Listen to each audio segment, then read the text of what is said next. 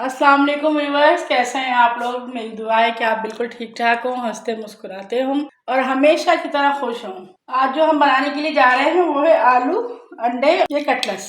इसमें जो आपको सबसे पहले चाहिए आलू 3 अदद जो मैंने बॉईल करके छील ली हैं, थोड़ी सी शिमला मिर्च, बंद गोभी थोड़ी सी, 2 अदद अंडे, 2 स्लाइस जिसके आपने साइड कट कर लेनी है, नमक और काली मिर्च।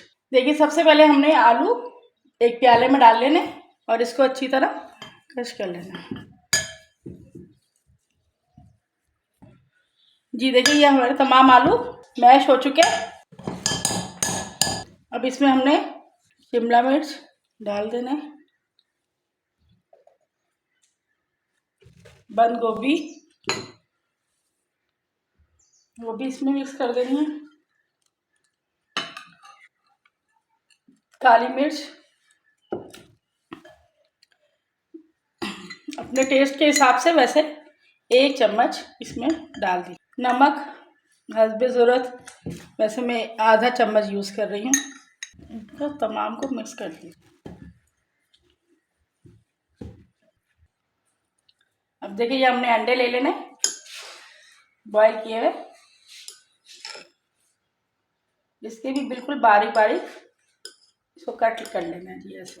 ये देखिए हमने तमाम अंडे बिल्कुल बारीक काट लेने। इसको मिक्स करते हुए आपको फील हो कि इसमें आपके अंडे आ रहे हैं। अभी हमने इसमें मिक्स कर देना तमाम अंडे। इसको वैसे बेहतर है कि हाथ की मदद से मिक्स कर लें। अब उसके अंदर ये ब्रेड जो हमने ये स्लाइसेस काट लिए थे इसको मिक्सर में चॉप कर लीजिए। ये बिल्कुल बारीक चॉप होनी चाहिए। जी देखिए हमने ये ब्रेड हमारी ऐसी बिल्कुल मुलायम सी चॉप कर ली हमने। अब इसको हमने आलू वाले मिक्सर में मिक्स कर देना है। ये मिक्स जो है ना हाथ से ज़्यादा अच्छी इनकी बाइंडिंग होती है। आलू के अंदर तमाम सब्जियां, अंडे और ब्रेड बिल्कुल अच्छी तरह मिक्स हो जाए। हम इसको कटलेट्स को इस तरह बना लेंगे। आप चाहें तो इसको कबाब की शक्ल में भी बना सकती हैं, ओवल शेप में भी बना सकते हैं। ये बच्चों को बहुत अच्छे लगते हैं क्योंकि ये बिल्कुल इसमें किसी भी तरह की ज़्यादा स्पाइसी नहीं है। बच्चे बहुत शौक से खाते हैं। लंच में आप उनको स्कूल के साथ दे दीजिए, शाम की चाय में बना दीजिए। जी तो देखिए हमारे तमाम कटलेट्स तैयार है। अब हम ये इसको फ्राई करने लगे हैं। जी ये देखिए हमने ऑयल गरम करने के लिए रख दिया था।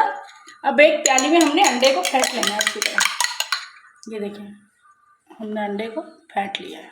अब आपने 1 बाय 1 कटलेट्स इस ऑयल में डाले जाएंगे। अब इन कटलेट्स को डाल के आप फ्राई कर लीजिए। अब इनको एहतियात से पलट लीजिए।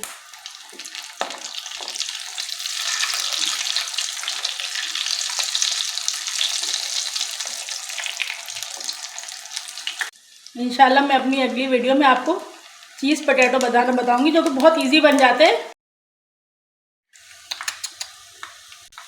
अब ये हमने तमाम कटलेट्स निकाल लेंगे।